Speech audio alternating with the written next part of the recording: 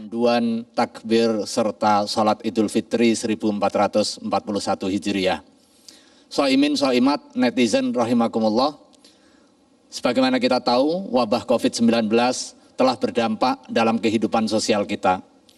Dampak COVID-19 bersifat multidimensi, tidak hanya pada aspek kesehatan, tetapi juga pada aspek sosial, ekonomi, budaya, dan juga perilaku serta kehidupan kita berbangsa dan bernegara.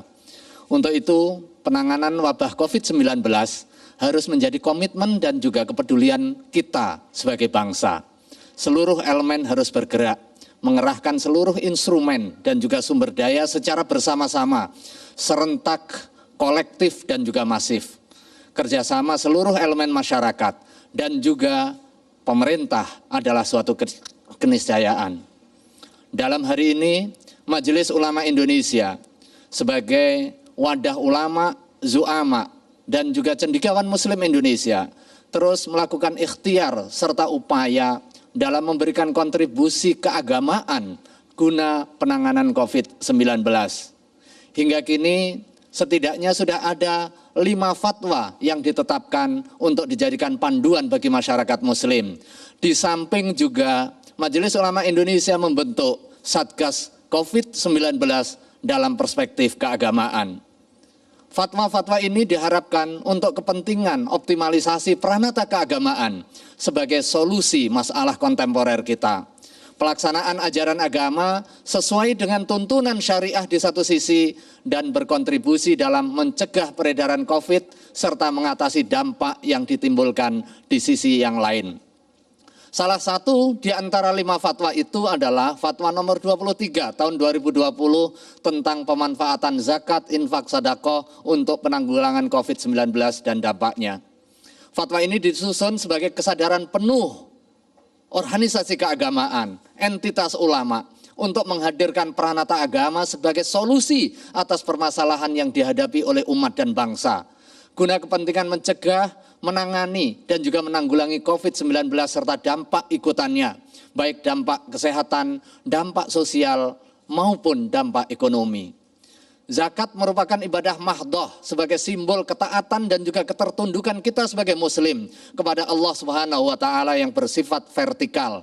Tetapi pada saat yang sama, zakat merupakan salah satu peranata keagamaan yang berfungsi untuk menjamin keadilan sosial, menjadi solusi atas permasalahan ekonomi dan juga sosial, sehingga tidak muncul ketimpangan di tengah masyarakat. Zakat sebagai salah satu instrumen membangun kesetiakawan sosial. Di tengah wabah pandemi COVID-19 ini, salah satu dampak serius yang butuh penanganan kita, di samping aspek kesehatan adalah aspek ekonomi. Karena itu Komisi Fatwa MUI menegaskan bahwa zakat boleh dimanfaatkan untuk kepentingan penanggulangan wabah COVID-19 dan dampaknya. Dengan ketentuan-ketentuan tentunya. Yang pertama, jika didistribusikan untuk kepentingan mustahik secara langsung, hakul milki, maka penerima adalah merupakan salah satu di antara 8 asnaf yang sudah ditetapkan, yaitu muslim yang fakir, miskin, amil, mu'allaf, yang terlilit hutang, kemudian perbudakan, memerdekakan budak, ibnu sabil, dan atau fisabilillah. Kemudian distribusinya boleh untuk kepentingan modal kerja, atau berbentuk uang tunai, berbentuk makanan pokok, keperluan pengobatan, atau hal yang sangat dibutuhkan oleh mustahik. Pemanfaatan harta zakat juga boleh bersifat produktif, seperti untuk kepentingan stimulasi kegiatan ekonomi fakir miskin yang terdampak wabah. Kemudian jika didistribusi untuk kepentingan kemaslahatan umum, maka ini dimungkinkan dengan mengambil salah satu di antara 8 asnaf, yaitu asnaf fisabilillah.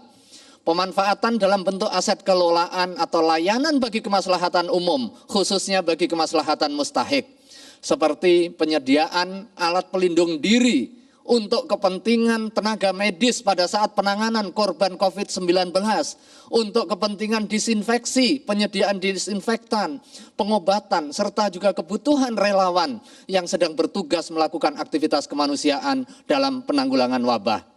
Zakat mal boleh ditunaikan dan juga disalurkan lebih cepat dari waktu wajib sebelum sampai 1 tahun penuh apabila telah mencapai nisab. Ini ditujukan agar manfaat zakat bisa segera diterima oleh mustahik yang terdampak COVID-19. Hadirin shaimin shaimat, pemirsa dan netizen yang berbahagia. Di samping zakat harta, ada kewajiban zakat yang lain, yaitu zakat fitrah.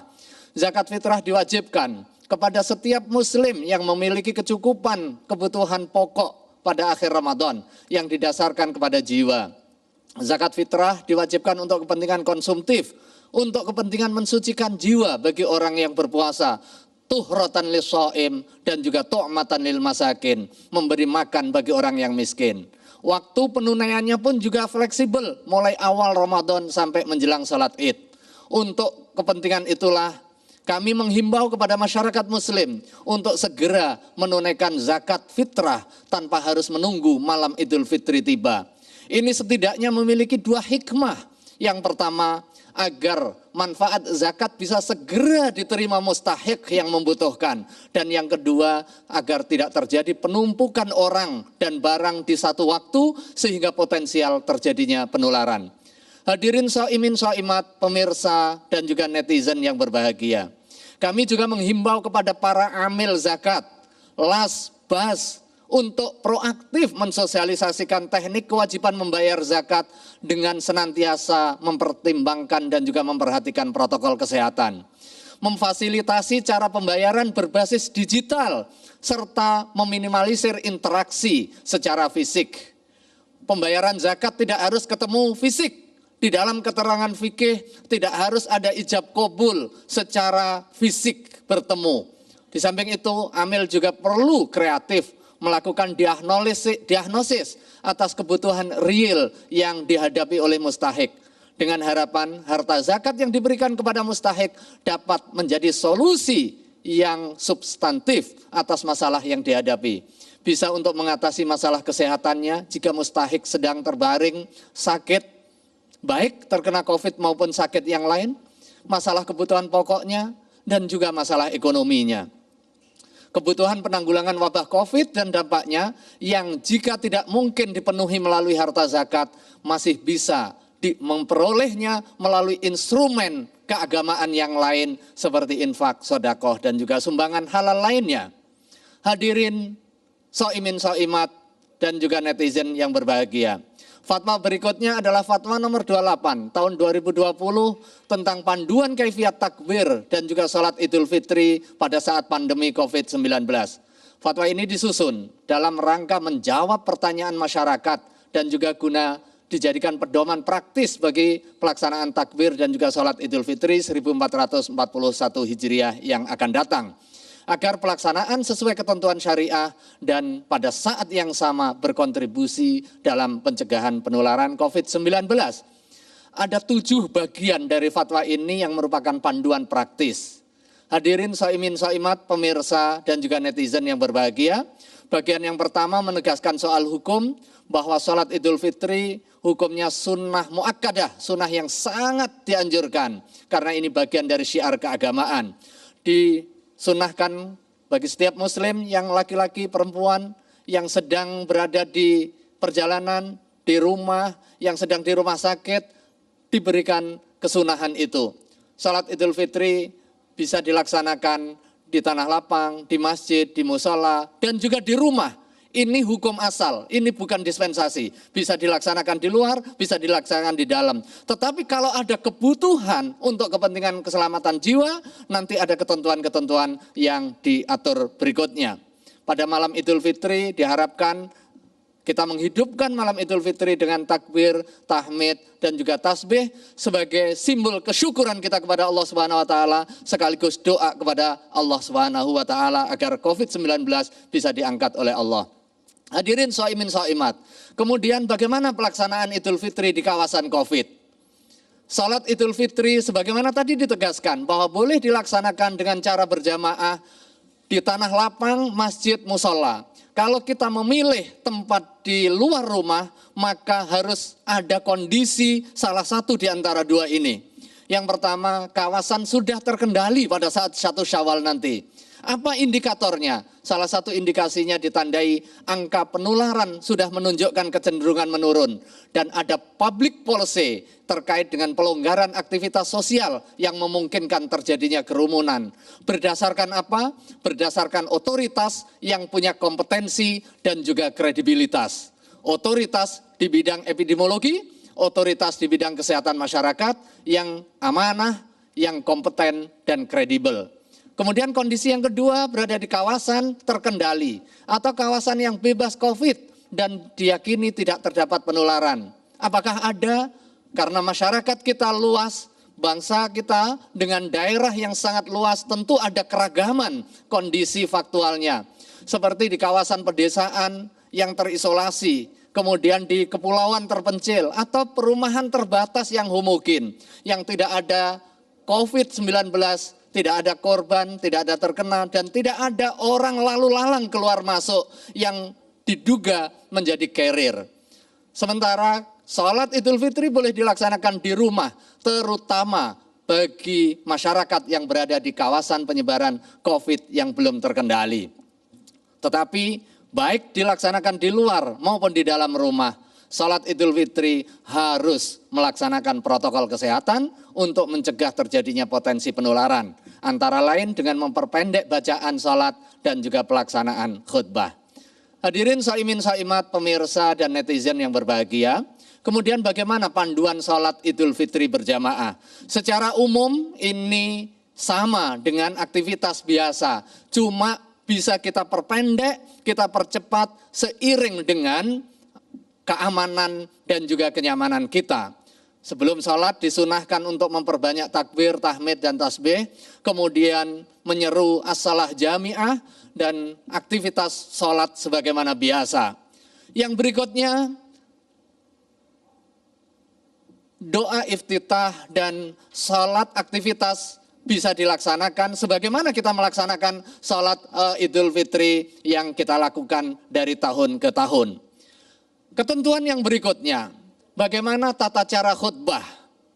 Tata cara khutbah bisa dilaksanakan baik di rumah maupun di masjid atau di tanah lapang. Khutbah Id hukumnya sunnah yang merupakan kesempurnaan sholat Idul Fitri. Dilaksanakan dengan 2 khutbah sebagaimana kita melaksanakan khutbah Jumu'ah. Jadi secara rinci diawali dengan takbir 9 kali, kemudian membaca hamdalah, alhamdulillahirrabbilalamin, membaca salawat, kemudian Allahumma sholli ala sayyidina Muhammad, wasiat taqwa, dan juga membaca ayat Al-Quran. Kemudian duduk sejenak, setelah itu berdiri, membaca takbir sebanyak 7 kali, memuji Allah dengan hamdalah, membaca salawat, berwasiat takwa dan mendoakan kaum muslimin. Hadirin shaimin shaimat, pemirsa dan netizen yang berbahagia. Kemudian bagaimana teknis pelaksanaan salat Idul Fitri di rumah? Prinsipnya tata caranya sama.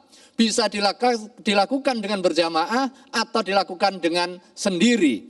Jika dilakukan dengan berjamaah minimal jumlahnya 4, 1 imam 3 makmum. Setelah itu ada salah satu di antaranya menjadi khotib. Tetapi jika jumlah jamaah kurang dari 4 atau jika di dalam pelaksanaan jamaah di rumah tidak ada orang yang memiliki kompetensi atau keberanian berkhutbah, maka sholat Idul Fitri dilakukan tanpa melakukan khutbah.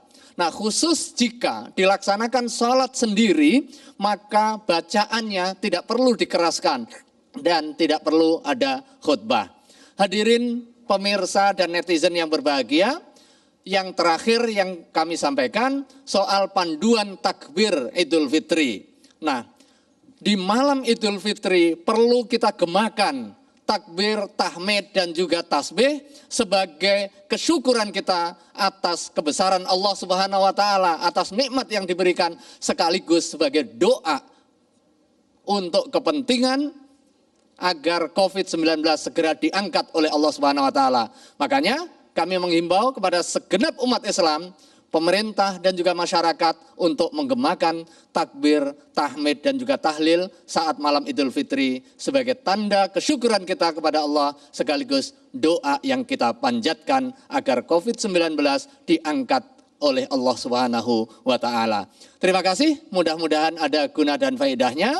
Sekali lagi kami mengucapkan taqabbalallahu minna wa minkum, selamat menyongsong Idul Fitri 1441 Hijriah, dengan harapan mudah-mudahan seluruh amal kebaikan kita diterima oleh Allah Subhanahu wa taala, dan Allah Subhanahu wa taala mendengar doa dan juga munajat kita, sehingga wabah Covid-19 diangkat oleh Allah Subhanahu wa taala dan kita kembali hidup normal menuju bangsa Indonesia yang baldatun thayyibatun wa rabbun ghafur. Terima kasih, wal afu minkum wallahul muwaffiq ila aqwamit thoriq. Wassalamualaikum warahmatullahi wabarakatuh.